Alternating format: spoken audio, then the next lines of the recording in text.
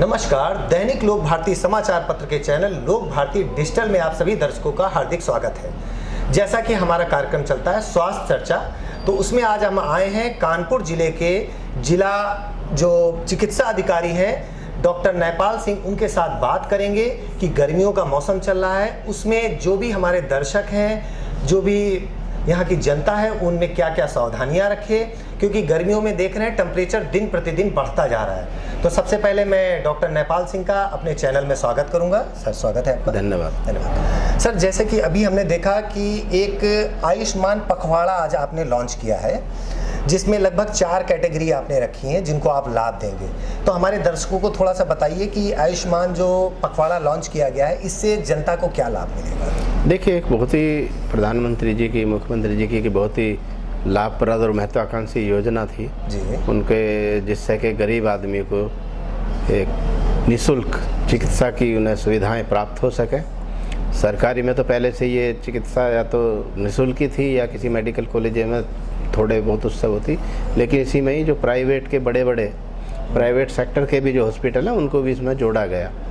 इसके अंतर्गत एक जो भी इसमें पात्र व्यक्ति हैं उनका एक गोल्डन कार्ड बनता है, और उसके अंतर्गत जो भी उसमें लाभार्थी होते हैं तो 1 वर्ष में उसके परिवार को 5 लाख तक का फ्री इलाज होगा।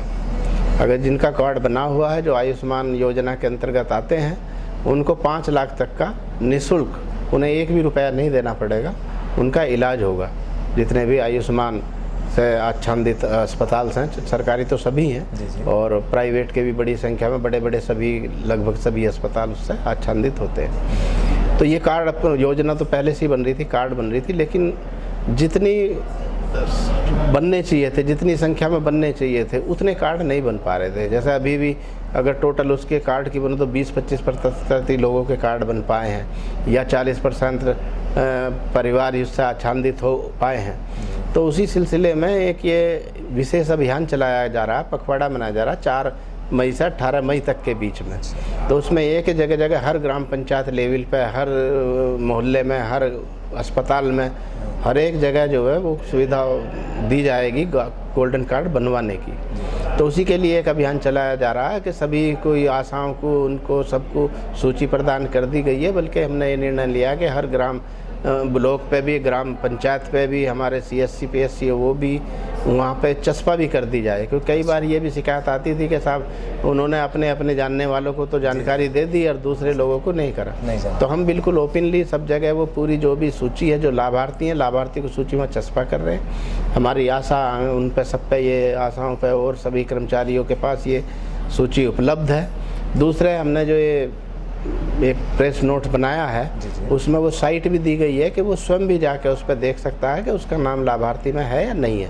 उसी के तहत हमारी ये कोशिश है कि 100% सभी लोगों के इसमें कार्ड बन जाएं, ताकि जो भी पात्र व्यक्ति हैं कल को आने वाले समय में, क्योंकि आप देख ही रहे हैं कोरोना में भी और भी अन्य बीमारियां, डेंगू है, मलेरिया है, इतनी सारी बीमारियां हैं, वो ग्रसित होते हैं लोग, और प्राइवेट सेक्टर में या कहीं जाकर उनका बहुत ही ज़्यादा धनहानि होती है, बहुत उनका खर्चा हो जाता। तो उसी को ध्यान में रखते हुए मेरी अपील भी है और हमारी कोशिश भी है कि सभी के ये कार्ड जल्दी से जल्दी सबके कार्ड बन जाएं। तो मुख्य चिकित्सा अधिकारी डॉक्टर नेपाल सिंह ने बताया हमारी जनता के लिए कि ये जो पहले जिनके गोल्डन कार्ड्स बने हुए थे, आयुष्मान के जो लाभ उठा रहे थे, ज़्यादा लोगों को, लाभार्थियों की संख्या इसमें बढ़ाई जा रही है। और जिनको समस्या है कि वो लाभार्थी हैं कि नहीं है, तो वेबसाइट भी दी गई है जिस पर वो जानकारी प्राप्त कर सकते हैं। तो एक मतलब बहुत अच्छा अभियान आप चला रहे हैं। उनसे भी देख सकते हैं, जो हमारे BLE या जो आयुष्मान मित्र हैं, उनसे भी वो पता कर सकते हैं कि वो भी देख के बता सकते हैं कि उनका नाम उसमें है या नहीं है। क्योंकि वैसे भी मोटी मोटी चीज़ तो ये थी कि 4 तरह के लोगों को उसमें कराया जा रहा है। जो प्रधानमंत्री आयुष्मान योजना के तहत जो पहले सूची बनी थी 2011 के, उसमें वे पात्र हैं। फिर जो छूट गए थे तो माननीय मुख्यमंत्री जी के मुख्यमंत्री आयोग योजना के तहत फिर सर्वे कराया गया था, उसमें कुछ लोग सेलेक्ट किए गए, वो हैं। उसके बाद भी जब कुछ लोग छूटे हुए तो जितने अंत्योदय कार्ड धारक हैं वे सब उसके पात्र हैं। और जो निर्माण क्षेत्र के जो श्रमिक वो हैं, जिनमें श्रम कार्ड बना हुआ है लेकिन उसमें स्पेसिफिक बात यह है कि 4 अप्रैल से 20 अप्रैल के बीच में जिसके कार्ड बने थे, मतलब 2020 में, जी जी 4 अप्रैल से 20 अप्रैल 2020 के बीच में जो बने थे श्रम कार्ड, वो सब इसके लिए पात्र व्यक्ति। तो ये अच्छी बात है कि मतलब श्रमिक लोग हैं, जो श्रमिक हैं और अंत्योदय, वो भी इस योजना से जुड़ सकते हैं। अगर हम बात करें प्राइवेट सेक्टर की जो पॉलिसीज करते हैं, तो 5 लाख के इंश्योरेंस के लिए देखा जाए तो मिनिमम 10 से 15 हज़ार रुपये सालाना की किस्त जाती है, तो वो पूरा लाभ इसमें मैं एक चीज़ और आपको बताना चाहता हूँ आपके माध्यम से आम जनमानस को, कि जो पखवाड़ा चल रहा है इसमें कोई भी शुल्क नहीं लिया जाएगा। अच्छा पूरी। अगर कोई भी शुल्क लेता है तो वो अनियमितता, वो सीधे हमसे बताएं, किसी भी रूप में किसी भी बहाने से कोई शुल्क नहीं लेंगे, पूरी तरह से गोल्डन कार्ड निःशुल्क बनाए जाएंगे। जी। तो डॉक्टर साहब का कहना है ये पूरी तरह पखवाड़ा जो है वो निःशुल्क है, निःशुल्क आपको रजिस्ट्रेशन कराना है, निःशुल्क आपका कार्ड बनेगा। तो ये जो गोल्डन कार्ड बनेगा, क्या घर उसके जाएगा डायरेक्टली या कहीं से कलेक्ट करना? जी, गोल्डन कार्ड जैसे ही बनेगा वो उसके घर डिलीवर कर दिया जाएगा। घर डिलीवर। और ये कार्ड का यूज़ अगर कोई बीमार होता है तो प्राइवेट हॉस्पिटल्स में भी जा सकते हैं? हाँ, वो जो आयुष्मान से वो हैं रजिस्टर्ड हैं जो। तो ये पूरा कैशलेस होगा कि कुछ पैसा देना? पूरा 1 भी रुपया नहीं देना, सब कैशलेस होता है। तो जो भी वो इलाज करते हैं, फिर वो अपना बिल बना के वो भेजते हैं, सरकार उसे पे करती है। अच्छा, तो मतलब 5 लाख रुपए तक का पूरा कैशलेस इलाज होगा। तो ये बहुत बड़ी मुहिम है। मतलब मुख्यमंत्री योगी आदित्यनाथ जी की बात करें या अभी जो हमारे स्टेट में ब्रजेश पाठक जी को बनाया गया है, चिकित्सा मंत्रालय उनके पास है, चिकित्सा विभाग है, तो एक बहुत बड़ी योजना है जिसका लाभ ज़्यादा से ज़्यादा लोगों को मिलेगा। उत्तर प्रदेश सरकार की एक बहुत अच्छी योजना, जिसको यहाँ के सीएमओ साहब बहुत अच्छे से हैंडल कर रहे हैं और ग्राउंड लेवल पर आ रहे हैं। अच्छा, अगला प्रश्न आपसे मेरा ये रहेगा कि गर्मियों का टाइम है, इस समय 47 48 डिग्री टेम्परेचर है, तो आप जनता को हमारी क्या सावधानियां रखनी चाहिए उनको इस मौसम? देखिए, आप देख रहे हैं कि गर्मी हर साल पड़ती है, लेकिन इस बार कुछ जल्दी शुरू हो गई हैं गर्मियाँ, और हम गर्मी को तो कम नहीं कर सकते, लेकिन कुछ ऐसी सावधानियां बरत सकते हैं जिससे जो है हमें ज़्यादा परेशानियां ना हो। उसमें मुख्य रूप से ये है कि अपना काम जो है पीक आवर्स में जो गर्मी होती है उसमें बाहर निकलने से बचें, घर में ही रहें, छाया में रहें, सुबह शाम अपना काम निपटाएं। लेकिन फिर भी अगर किसी कारणवश मजबूरीवश आपको किसी ज़रूरी काम से बाहर निकलना है तो कोशिश करें कि आप ज़्यादा से कम जो है धूप से एक्सपोज हो। जैसे माना अगर आप जा ही रहे हैं और धूप पड़ रही है तो चाहे सर पे कपड़ा ही रख लें, मुंह पे कपड़ा ही रख लें। स्पेशली बच्चों का विशेष ध्यान रखना कि उन्हें जो है फुल बाजू के कपड़े पहनाएं ताकि धूप से कम उनका एक्सपोजर हो। दूसरी चीज़ ये कि बीच बीच में आप पानी पीते रहें, लिक्विड लेते रहें, क्योंकि किसी भी हिसाब से पानी की कमी शरीर में नहीं होनी चाहिए। तीसरी चीज़ ये है कि साफ़ सफाई रखें, इसमें गंदगी रहेंगी तो मक्खी आएंगी और 10 बीमारियां होंगी। और बाज़ार के जो खुले हुए सामान हैं या कटे फटे फल हैं उनका सेवन ना करें, और पानी जो इंडिया मार का है उसी से ही पिएँ, या अगर उस तरह का पानी में कुछ वो है तो उबाल के छान के पानी पिए। तो डॉक्टर साहब ने बताया 4-5 चीज़ें बताई आप लोगों के लिए, दर्शकों के लिए और जनता के लिए, कि इन चीज़ों का पालन करना है, क्योंकि गर्मी का माहौल जो है वो तेज़ी से बढ़ रहा है, जिससे आप बीमार ना हो, स्वस्थ रहें। ज़रूरी कार्य होने पर ही निकलें, पानी का सेवन खूब करते रहें, इंडिया मार्का का यूज़ करें, जो टंकियाँ हैं काफ़ी टाइम से पानी भरा हुआ है उसका सेवन ना करें। अच्छा, अगला प्रश्न करें, उत्तर प्रदेश की बात करें या कानपुर महानगर की बात करें, जिले की बात करें, तो देख रहे हैं कोरोना धीरे धीरे फिर से बढ़ रहा है।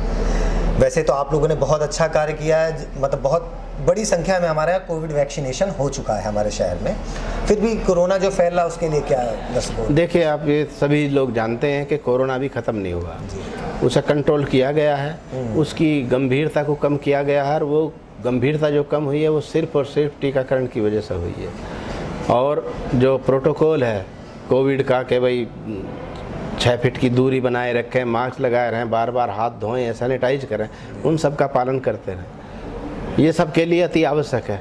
लेकिन कई बार देखा गया है कि हम ही लोग जब ज़्यादा आती है तो हमें सब चीज़ याद रहती है, हम मास्क भी लगाते हैं, भीड़ भाड़ में भी कम जाते हैं और हाथ भी धोते हैं, लेकिन जैसे ही वो कम हो जाता फिर हम थोड़ा लापरवाही बरतने लगते हैं और फिर उसे हम मौका दे देते हैं कि जिसे कहते हैं तीसरी लहर और चौथी लहर। लेकिन फिर भी आपने देखा होगा कि जो दूसरी लहर थी और तीसरी लहर का अंतर आपने स्पष्ट देखा होगा।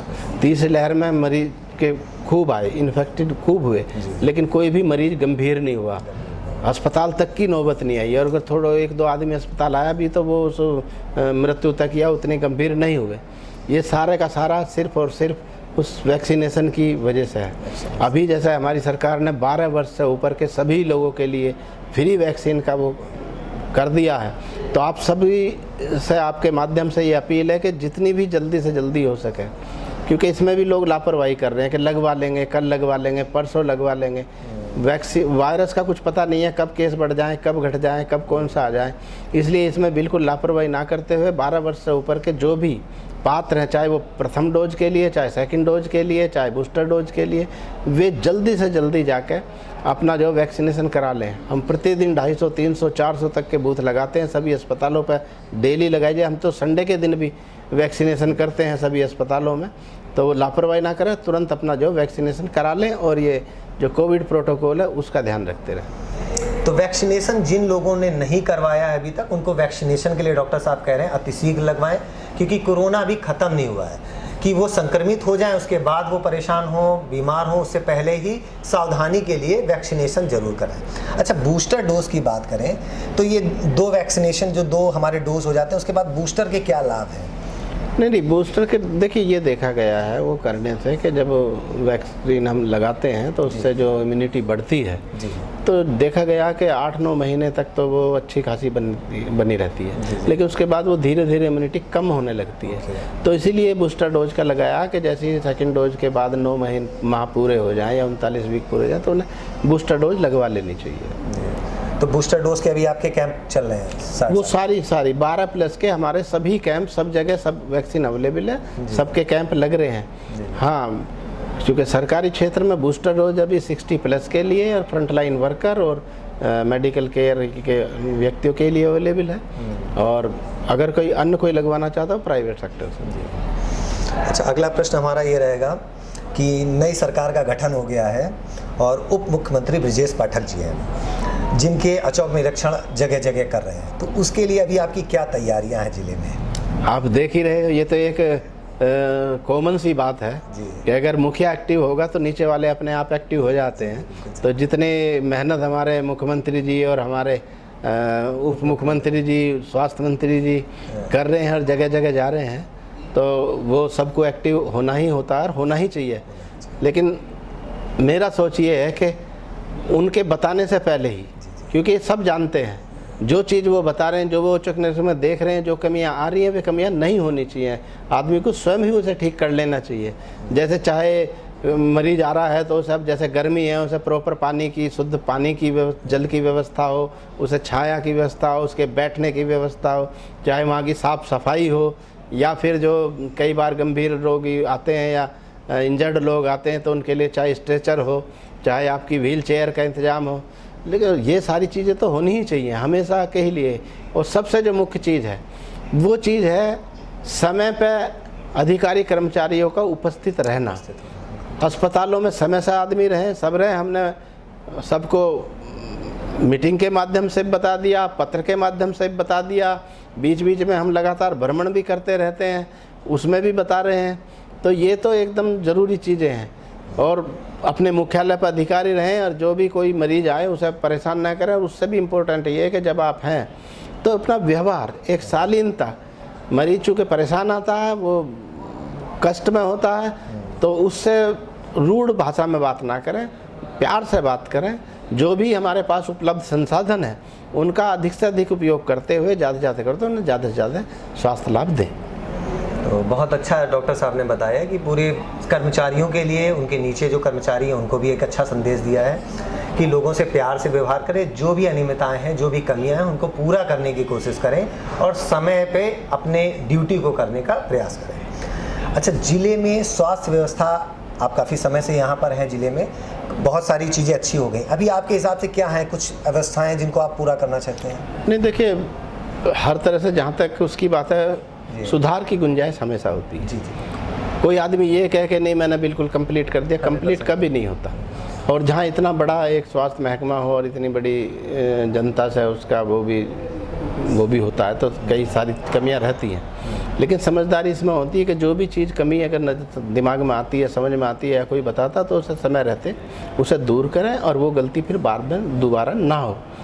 अपने विचार से भी सोचें, सिर्फ कागज़ के बहाने नहीं कि सीएमओ साहब ने ये 4 पॉइंट लिख के दे दिया तो यही 4 पॉइंट देखना है। वो एक गाइडलाइन बताई जाती है कि इस तरह से साफ़ सफाई की बात कर दी, तो साफ़ सफाई का मतलब ये नहीं है कि आपकी मेज ही साफ़ हो या आपका वो ये सभी चीज़ हो, चाहे टॉयलेट हो, चाहे आपका वार्ड हो, चाहे आपकी कुर्सी मेज हो, चाहे कुछ भी हो, चादर हो, चाहे उसमें आपकी ड्रेस हो, तो सभी चीज़ की साफ़ सफाई का मतलब तो वो एक जनरल लाइन दी जाती है। तो उस पर वहाँ का जो इंचार्ज है, जो वहाँ के कर्मचारी अधिकारी हैं, उनकी जिम्मेदारी बनती है कि एक एक चीज़ देखें। क्योंकि हम पीएससी पे 8 दिन में चले जाएंगे, 15 दिन में चले जाएंगे, 1 घंटा रुक लेंगे, 2 घंटा रुक लेंगे, लेकिन वो तो हमेशा वहीं रहते हैं। तो जो चीज़ हम ये सबसे यही कहते हैं कि जो चीज़ हम अगर 1 घंटे को आए, आधा घंटे को आए, हमारी नज़र में आ गया, हमने उस चीज़ को देख लिया, आपकी नज़र में क्यों नहीं आया, वो आप क्यों नहीं समझ पाए, ऐसा क्यों नहीं देख पाए? जबकि इंस्ट्रक्शन तो सब जानते हैं, सब डॉक्टर जानते हैं, सारे कर्मचारी जानते हैं कि मेरी क्या जिम्मेदारी है, क्या नहीं है। तो अपनी जिम्मेदारी को सही से निभाएं तो अच्छा रहता है। तो बहुत बहुत धन्यवाद इस स्वास्थ्य चर्चा कार्यक्रम के लिए आपका। तो आज हमारे साथ में डॉक्टर नेपाल सिंह थे, जो सीएमओ कानपुर महानगर। उन्होंने बताया, कर्मचारियों को भी निर्देश दिए हैं, कर्मचारियों से आग्रह भी किया है कि वो जहाँ भी हैं, क्योंकि वो 8 घंटे वहाँ पे ड्यूटी करते हैं, वहाँ की जो भी कमियाँ उनको दूर करें। जो भी मरीज आ रहे हैं, तीमारदार आ रहे हैं, उनके लिए ज़्यादा से ज़्यादा सपोर्टिव रहें और अच्छे से उनकी देख रेख करें। कैमरामैन अखिल शुक्ला के साथ शिशिर अवस्थी, कानपुर नगर।